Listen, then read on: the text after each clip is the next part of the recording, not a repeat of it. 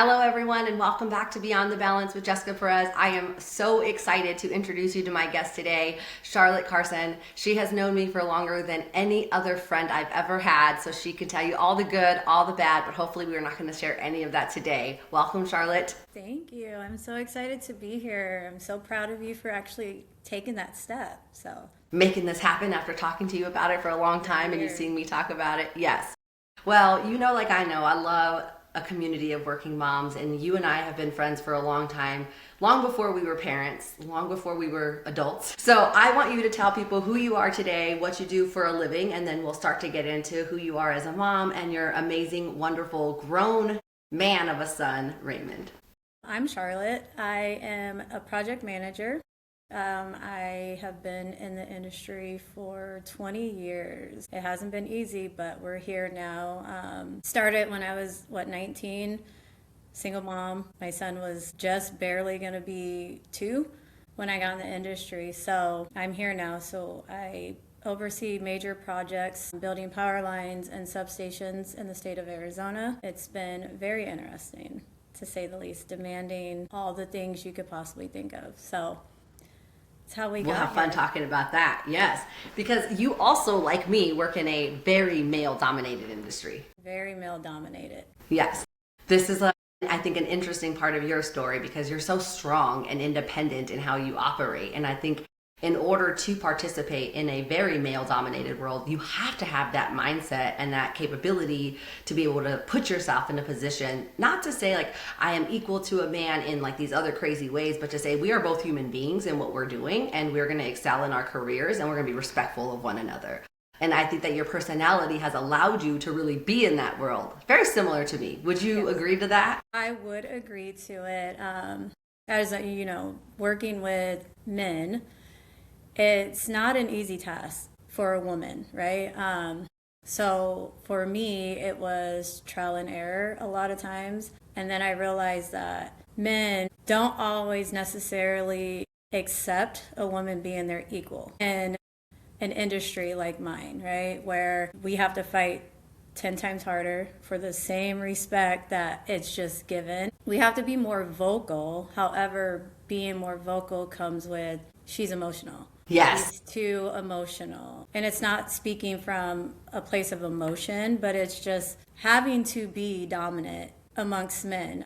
Because what I realized is if you're meek and timid, there's no respect. If you're vocal, there's still no respect. So how do you navigate that, right? So it definitely takes somebody with thick skin and just never stop, right? Because I'm going to apply pressure where pressure is needed. I realize men are just as emotional as women, being in my industry. So it hasn't been, it's a fight. It is a fight every day. Good, bad, or ugly, it is a fight every day.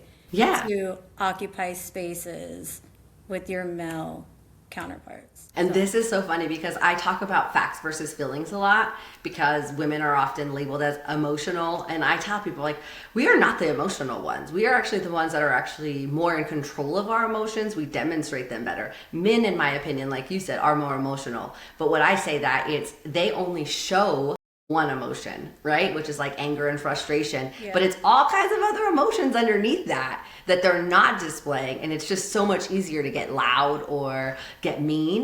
And I think that the reason that women are smarter in these settings is because we can control our emotions a little bit and say facts versus feelings. And we know we're operating in a male world. So if you can keep your composure while being vocal, they don't know what to do, is what I find, that it really messes them up a lot. At all, and I've now am on my 3rd contractor in 20 years. So it's a different dynamic everywhere I go. You have men that are just extremely mean for no reason, and you're not really for sure why they're being mean to you. And then you have, I feel, coming from a corporate world as well into a more of a construction-based corporate world is different. You deal with a lot of different personalities on the construction side. I've been in settings where it's nothing but women, and that's hard to navigate. I've been in settings now to where the current company I'm at, I am the only female project manager there. I am the only minority within the company. So that adds extra layers to navigating my career that I've worked so hard to build. And honestly, it's a dangerous game sometimes. I was going to ask that because if you're the only one, right? If you're the only one, do you sometimes feel like you're the only one for a reason, or do you feel like you're the only one and it makes it harder? Like you're the only one for a reason in today's world of all of the, equality things, and like that's why they keep you there, or do you feel like it's harder for you to be there and you have to work harder to prove yourself to stay in the position that you're in? I do feel like I'm there for a reason. God foremost, right? Placed me in that position for a reason. Not sure what the reason is yet, other than I know that this is what I wanted to do when I started in this industry. I started out as a receptionist. I had to work hard, prove myself, jump through a whole bunch of hoops. And then I realized that you hit a glass ceiling. So it's like, what is it that I want to do if I'm going to stay in this field? And it's taught me a lot about myself, for one. Two, I feel like women do not occupy such spaces because women are seen to be paper pushers, answering the phones, and be more on like the front-facing end of things because a woman has a position in any role. Is how I've always seen it, right? So being there, running jobs, managing budgets, overseeing financials, in the field, in the trenches with the guys sometimes, is kind of like, whoa. I get asked all the time, are you safety? Are you payroll? Are you? And I'm like, nope, I'm your new project manager on this job. And it's hard because you have to find that balance. You have to be assertive because they don't want to talk to you. Because what does she know about our jobs, So then it's like I always feel like I'm doing extra to prove myself. I have to run down my resume really quick to somebody and be like, oh, I've been doing this for 20 years, this blah, blah, blah, and they're like, oh, okay. So it's a slippery slope sometimes.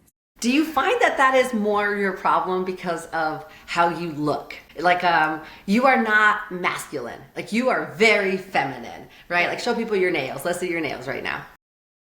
Like, yes, you are dressed up, heels, like you are very beautiful and feminine. So I imagine that most of the time project managers don't look like that. Is that also part of the problem? Is they look at you and they're like, why are you, what's happening here? That is part of the problem. And not to boast or brag, I have to dumb it down a lot. As you said, I'm extremely feminine. Like, I love doing my nails. I love doing my makeup and hair and lashes, all the things. I am 1,000% girly. And so the switch up catches people off guard sometimes. So when I'm in the field, I'm telling you, I try to be as quote unquote masculine as can be. Because I have to wear a hard hat. I have to wear FR. I got to wear, shirts and safety glasses and all the things. So I don't go to the field dressed up. I need a picture. I will send you one. But I'm not in the field dressed up because then it's like, are my pants too tight? Am I appropriate enough? Yes. And then you have to also talk like them, connect with them. So I'm code switching constantly, and that's exhausting. We're going to talk about that more because that is one of the things I share a lot and talk to people about is who you are at work is not who you are at home. And for a lot of us, especially for women, I think men have more of a luxury to just be themselves everywhere they are. Whereas women, we have to fit the hat we're wearing in the moment that we're wearing it. Your mom hat, your work hat, your friend hat. Like we just have so many that we're doing. And that's a requirement almost for women. It's like, why do we feel this way? Why aren't men out there, changing their capes? Because we do. And so I really try not to harp on that as much, but we're going to talk about that a little bit more as like what makes you excel at you. And so what I want to talk about is like your journey in motherhood, because you and I went to high school together. For lots of people who don't know this background, we met in high school and then we had fun. We partied, we hung out, like we did our thing, right? We were girls doing girl things. And then what happened? Then I got pregnant at 19 years old. 18, turning 19. What was that like for you? Like finding out, like I don't think you and I have even talked about this to say like, how did you feel in that moment at 18, finding out like you were pregnant? It's a decision you have to make because you don't know, right?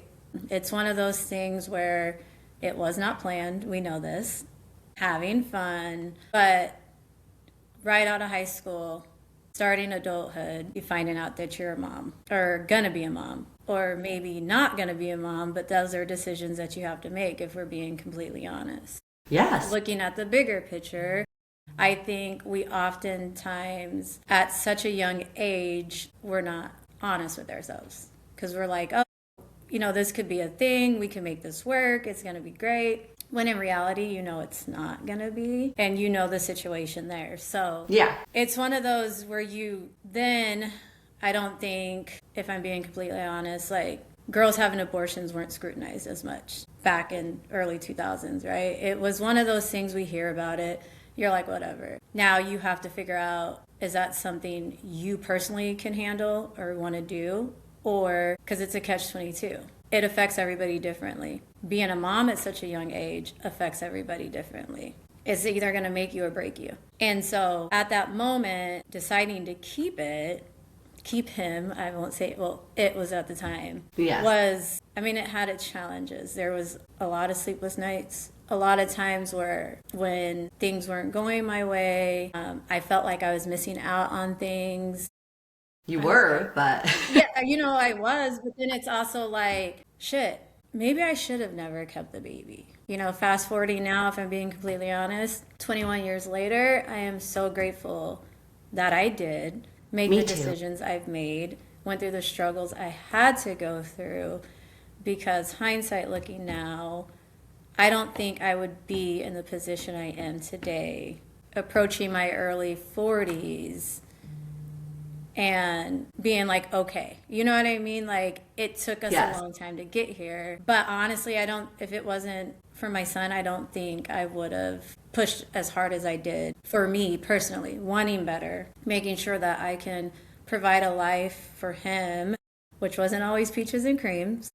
But now we're here, and I feel like we are both in a very good position. We raised each other. We grew up together to where I can finally see the fruits of all my labors. All the tears I've cried over the 10 years are now actually blossoming to be in a very good position. So it was hard, and it's still hard. Don't get me wrong. It's a different beast now that he's an adult, and stepping back, like, I'm always going to be a mom, but I'm not, quote unquote, a mom anymore.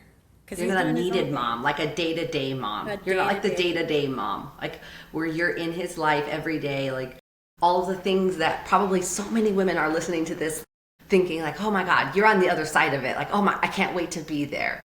I want you to speak to those women, because sometimes, like, I get so in my field, Charlotte, about how fast these kids are growing. And your son is a grown man. Like, he's a grown-up. He's not just 18. He's 21 and thriving. So, like, talk about that. Like, because I think that we often struggle so much with what's in the middle and hurry up, like, for those things and those milestones to come so we can have our life back. But, like, now that you're on the other side of it, like, what would you say to those moms who are in that thick of it, thinking they're on the other side? Don't be in such a hurry. I will tell you that. You lose yourself in being a mother, and a wife, building a career, trying to maintain and juggle everything, right? And I used to say, oh, I can't wait until this happens. It'll be easier, right? Yes. I can't wait until he gets in high school. I can't wait till he gets out of diapers. It's going to be easier. I can save money. I can't wait until he gets in high school.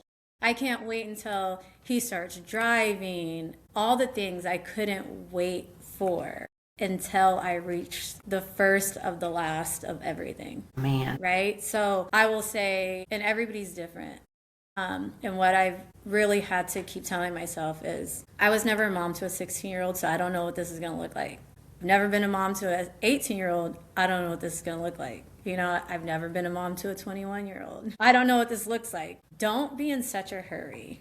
Because I think I felt like I missed out on a lot. And I did. I spent all of my 20s and my 30s being a mom, having to miss out on weddings and trips and stuff because I wasn't able to. Being a single mom, I didn't always have the support I needed for babysitting. I didn't always have the money because daycare is super expensive. I didn't always have the money because what's more important, a girls trip or sports fees for my son to keep him busy and active, So you have to juggle those. So don't be in a hurry because it goes by so fast. And then you get to the other side of it.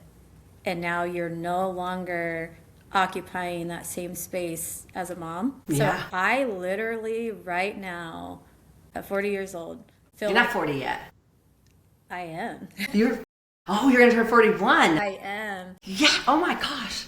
I'm now relearning again How to be who you? I am outside of the everyday pressures of being a working mom, a working single mom. Because now I'm here and I'm like, shit, what do I do? Like, what am I doing? You know, so don't be in a hurry. I promise you, in time it happens.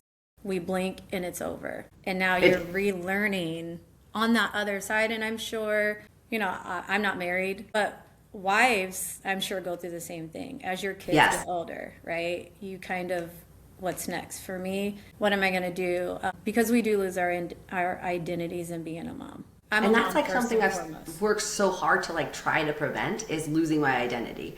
I failed at it, right? So like I feel like I'm always, one of the things I fight with people about is when they say like, you just gotta find yourself. I think it's the stupidest term ever. Because like there's no version of you that's like waiting somewhere to go find, Nope. right? You gotta build it up again. You gotta figure out like, who am I? What matters to me? What's important? What do I care about? Who do I wanna be? What do I wanna look like? Even down to your wardrobe, right? Like even down to like what you wear every day, because in all the seasons some of that changes, and it's like you hold on to old clothing because they were like your favorite this and your favorite that, but I'm like, I'm not even that person anymore. I don't even want to wear those dang pants anymore. It's like, why did I hold on to it for so long? So you are now in this like rebuilding who you are phase, identifying like what is important to you. How do you live your life as a working single mom with an adult son who doesn't like need you all the time? It's tough. Like, I didn't know what to do with the extra time I had. So I decided to go back to school. Good for you.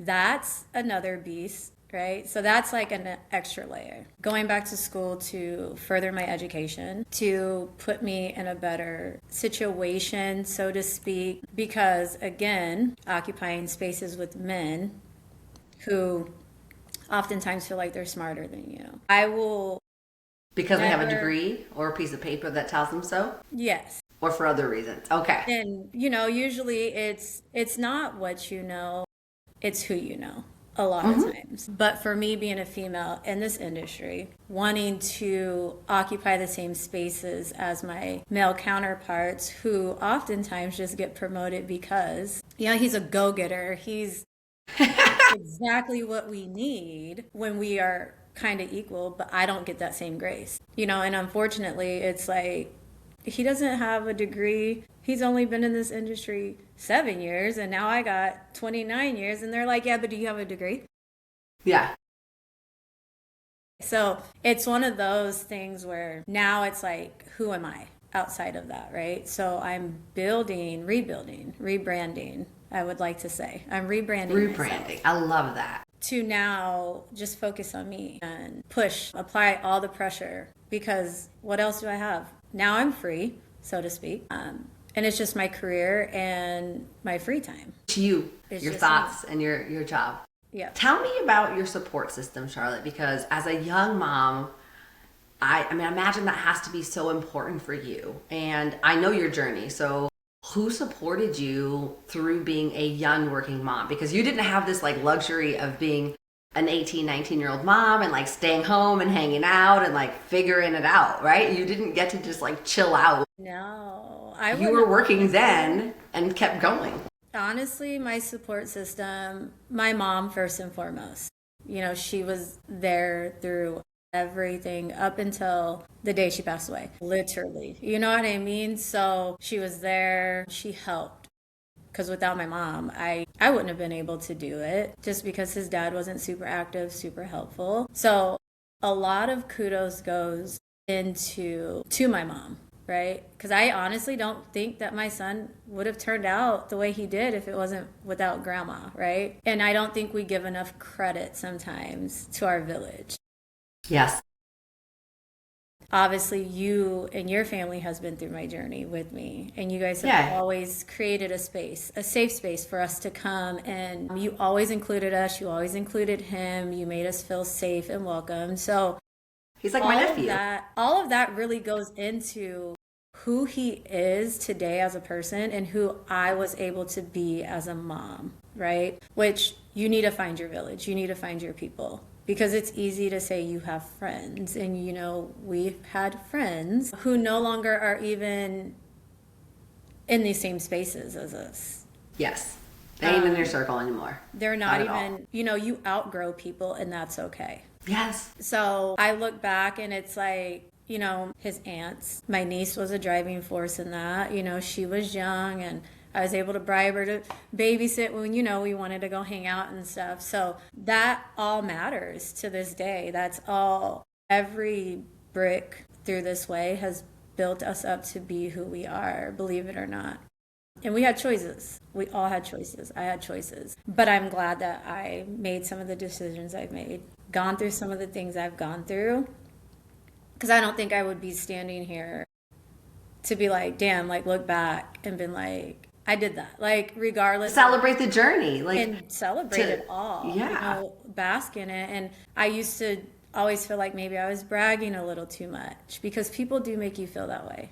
But honestly, those aren't your people then. That's what I tell people. If people make you feel not good, if what I'm saying intimidates you or threatens you or makes you feel like I'm bragging about me instead of celebrating my success and you don't want to celebrate with me, you're not my people. Right. You're not my people. Like, I know that for sure. You're not my people because when you tell me your wins, I'm like, damn, you get it, girl. Like, go, you know, go do that. Like, that's what I want people to feel like. And so my encouragement to people always is like, if you're in those rooms and people make you feel that way, get in a different room, find more people, because people who love you will never make you feel like you're bragging, you're too much, or you're not doing enough. Right. And it's always, and I say like, love on people who love on you. And that's so major. That is so major as women.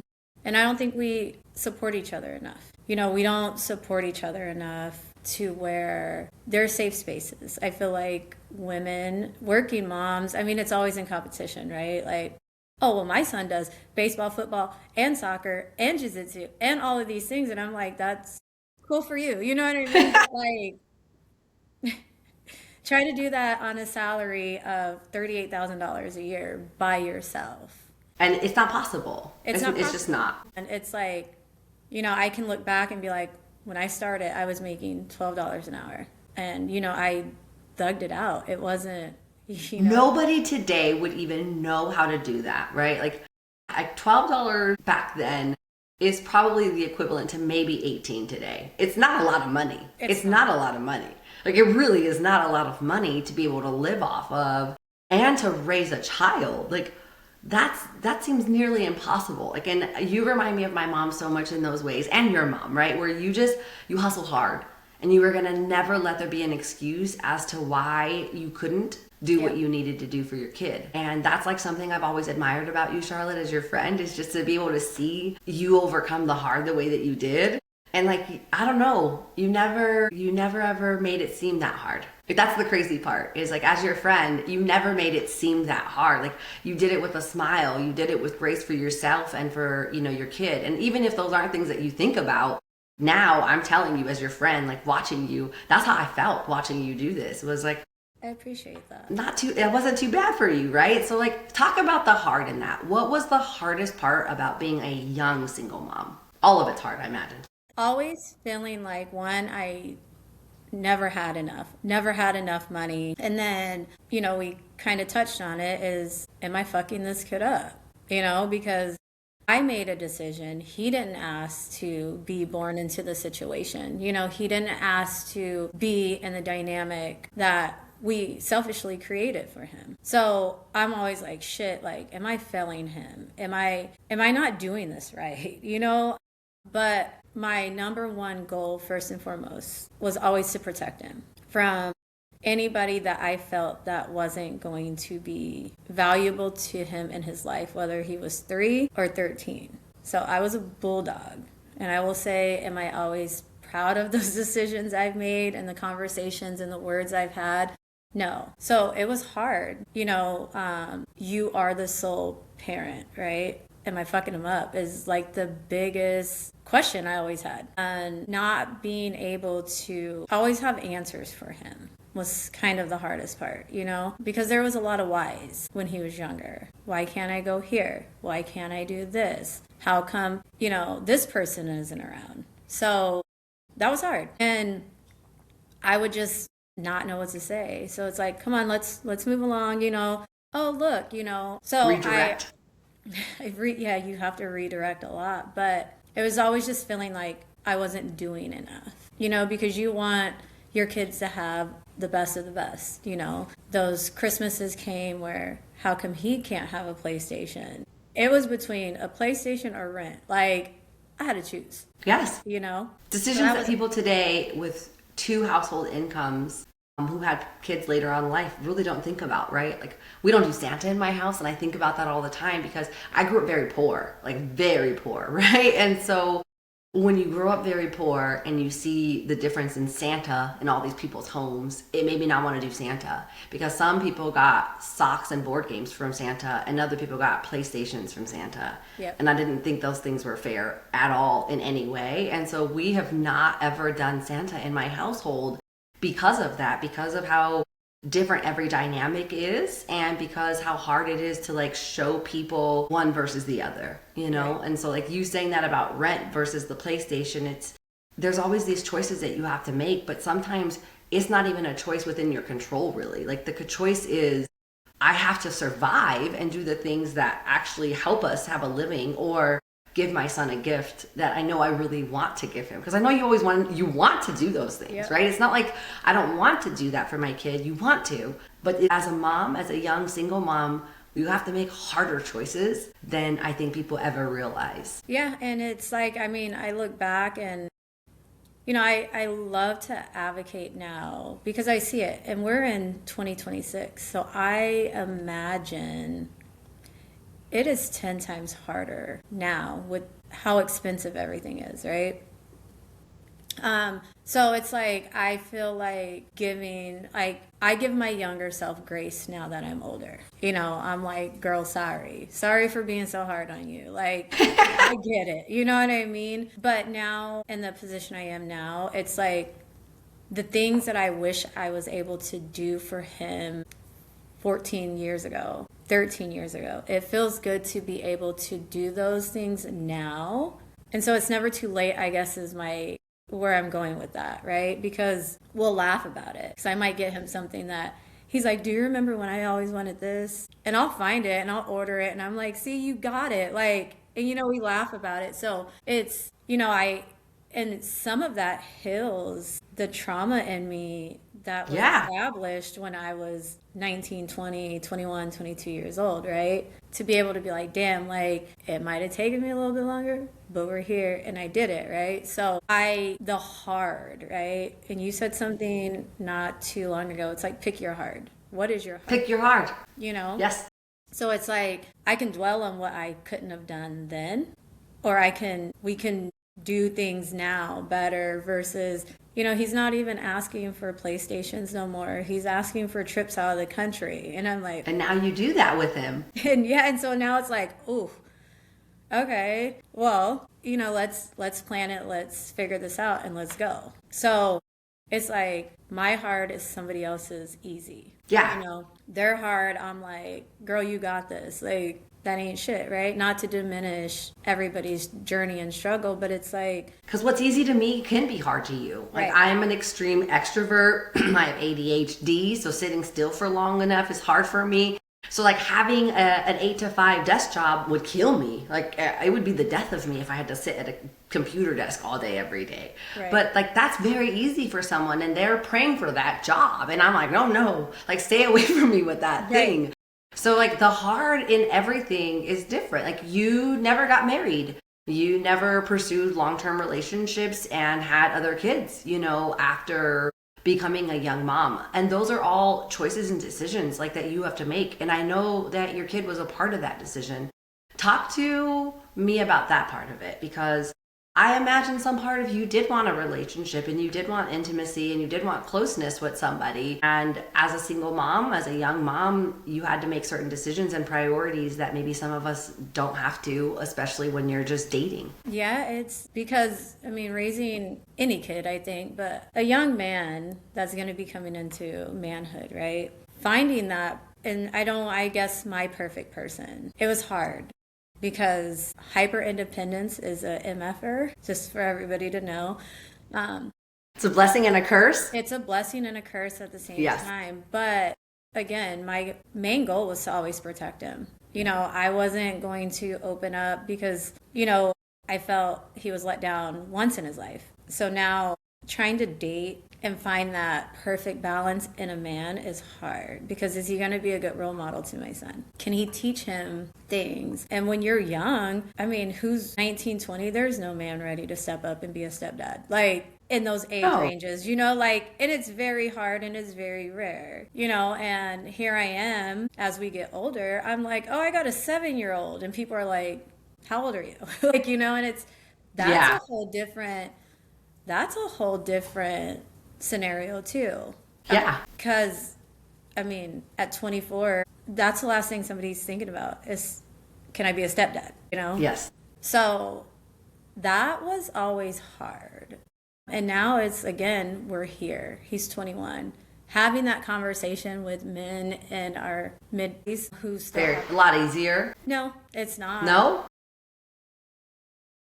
So it's now, not easier to talk to men now, like, that he's grown? Or, like, did it ever get easier, I guess, is what I really think about a lot. Is, like, you never, not that you didn't care, but you never made it a priority because you were so busy and so focused. I felt like you cared, but it wasn't anything that you had enough time to actually, or the luxury, because I use luxury a lot, right? Because luxury is like the bonus things that you can do, the things that like are not a necessity. I felt like, as your friend watching this, you never had the luxury to care enough to really invest in a relationship because you had so much else going on. You were trying to raise a man, you were trying to pay for, you know, rent over your head, you were trying to keep a steady job. So the last thing I felt like you had a priority to was like, how do I build a stable relationship inside of all of this while all of these other crazy things are happening? And you don't have, I didn't have that luxury because it was always, again, we talk about mom me. Is completely different than dating me. It's completely different than working me. So I never really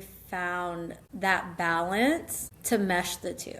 I wasn't really for sure how I could juggle being a mom to a kid, a student athlete who played 2 sports, super busy all the time, trying to date and give that piece of it attention on top of building my career. You know, I didn't have space. I'm one person is what I always felt like. So what's more important? A man and my son, a man and a career, my son and a career.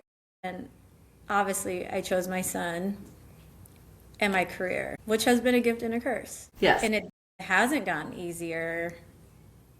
Do you feel like you picked you in that though? Like, do you feel like you were prioritizing you, or do you feel like it really was about making sure you were a good mom to your son and that you committed to a choice? Charlotte, this is how I've always felt like about you. You committed to a choice, and no matter what, you were going to have that choice, right? And so Raymond was the priority in there, and I've always felt like you weren't. Like, I don't even know, like, you know, that's the question I want to ask you next after this is like, you know, where did you go from there on how do you maintain you?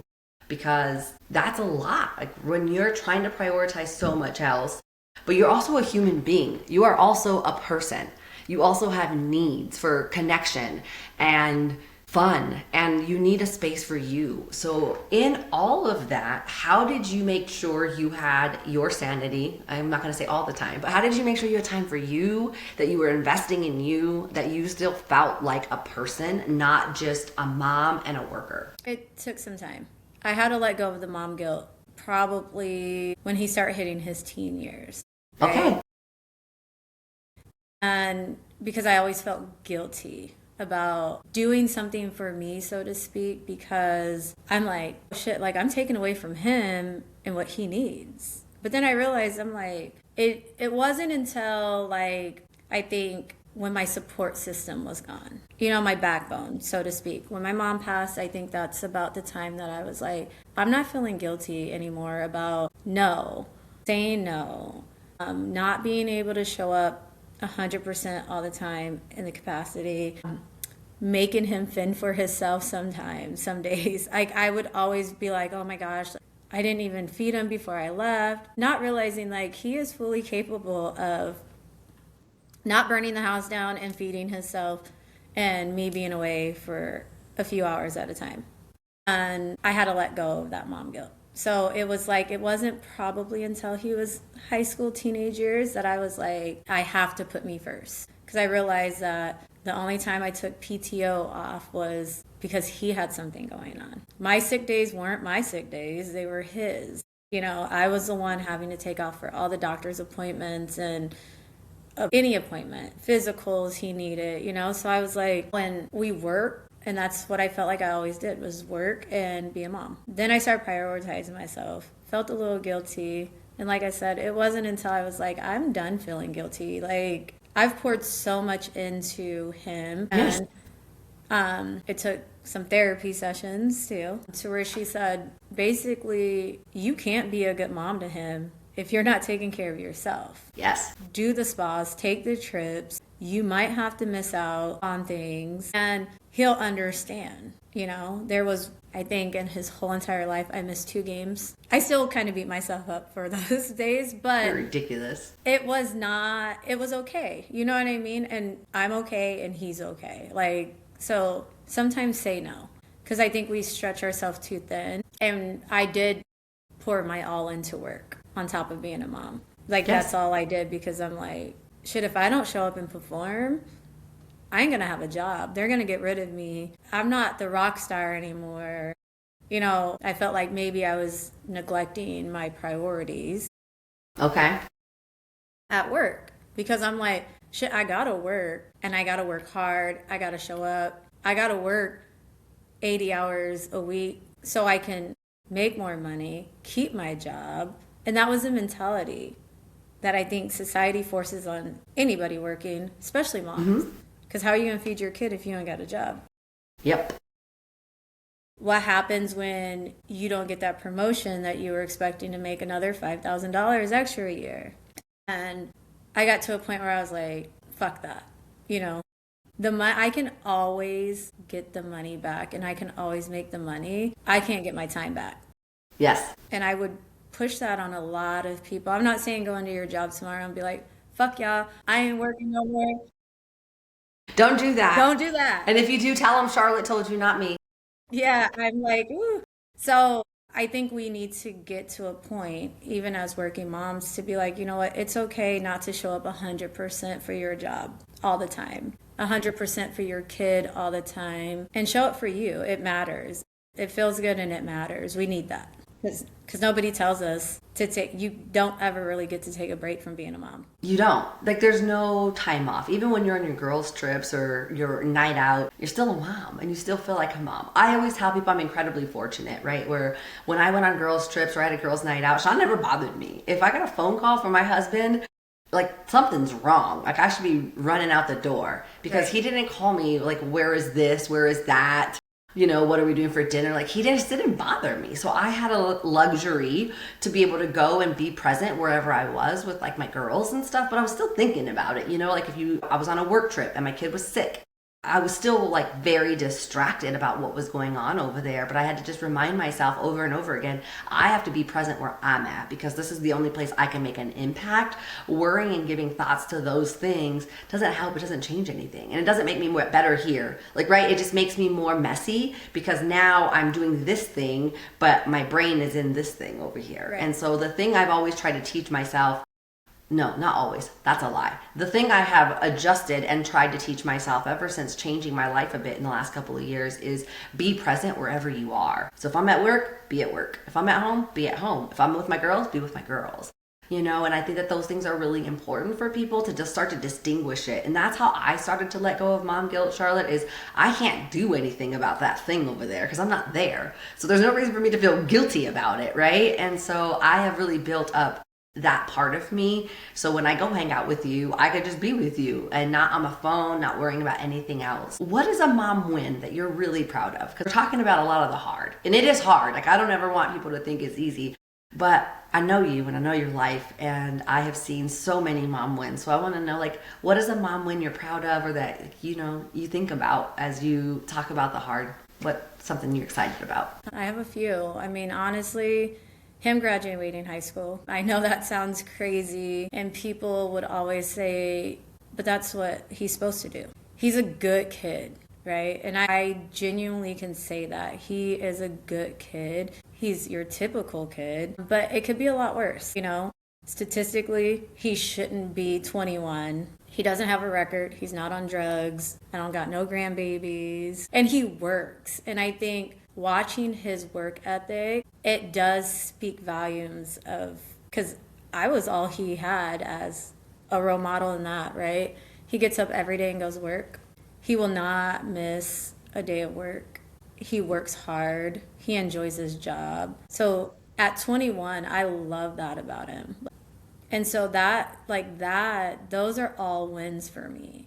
You know? That is a huge win. Like looking at your son and saying, at 21, he's a decent human being and he has all of these things. I am so proud of you and him for that, right? Because as you said, the statistics are, the odds were all against him. In all of the things that you were talking about today, the odds were stacked against both of you to have the successful life that you do today, to be the people that you are today. Like for you not to have more kids, for him not to have graduated high school and all of these other things, like the statistics and the odds are against both of you in this. And both of you have like persevered and prevailed from all of this. And it's so cool to actually like be part of that journey and see it and watch it, Charlotte, because you've done some amazing things and you can probably look back and judge yourself very harshly. So I'm proud to hear you say you give yourself a lot of grace, because that's what we all have to do. Like when I think about the things that I missed with my kids or didn't do, you know, because like I look at my life and I'm like, man, I have mom guilt in different areas that you probably never would.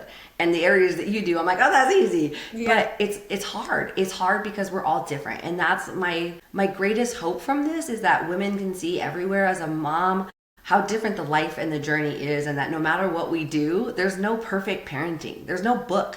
Even all the books out there, you could read every single one of them, and I guarantee you could still mess up your kid.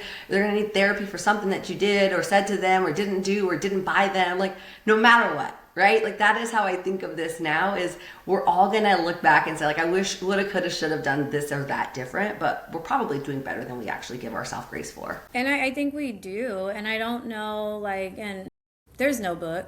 You can be the best parent. You can spoil your kid. You can give your kid all the things. You can show up. You can be present. And your kid could still be fucked up.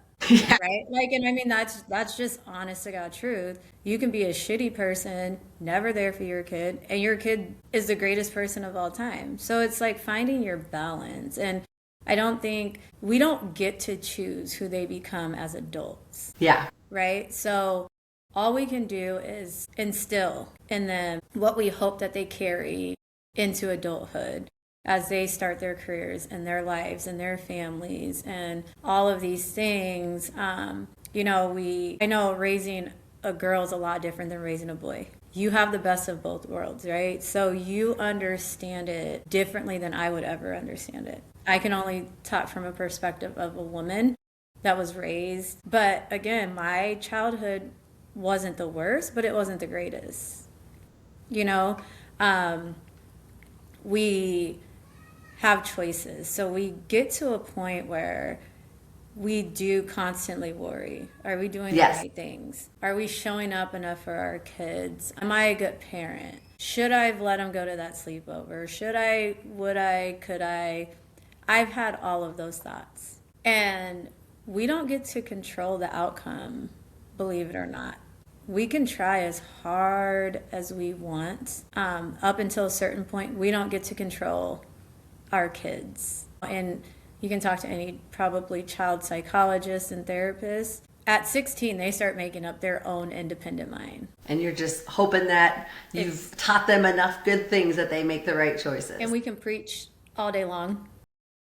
We can tell them about all the bad, all the good. Because we do, you know, it jokingly but serious, how do you have those conversations? I mean, I left, working as a working mom, and a lot of women can probably say this. I was leaving the house at 5 a.m., not getting home till 6. He's essentially a latchkey kid, you know? Sports saved us a lot because I didn't feel bad that he wasn't home by himself. Because he was busy and he was doing something he loved and enjoying. Yeah. I mean, that's all good stuff. So Charlotte, as we wrap here, what is one piece of advice or one thing that you would tell a working single mom in the midst of her heart right now. It gets better. It does get better. Give yourself grace. Scream, cry, kick, I don't know. Whatever you do, do not give up. It does get better. And it's just continue again.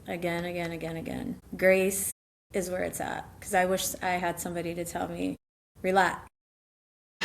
You're doing a great job. I can guarantee you that. It might not seem like it right now, but you're doing a great job.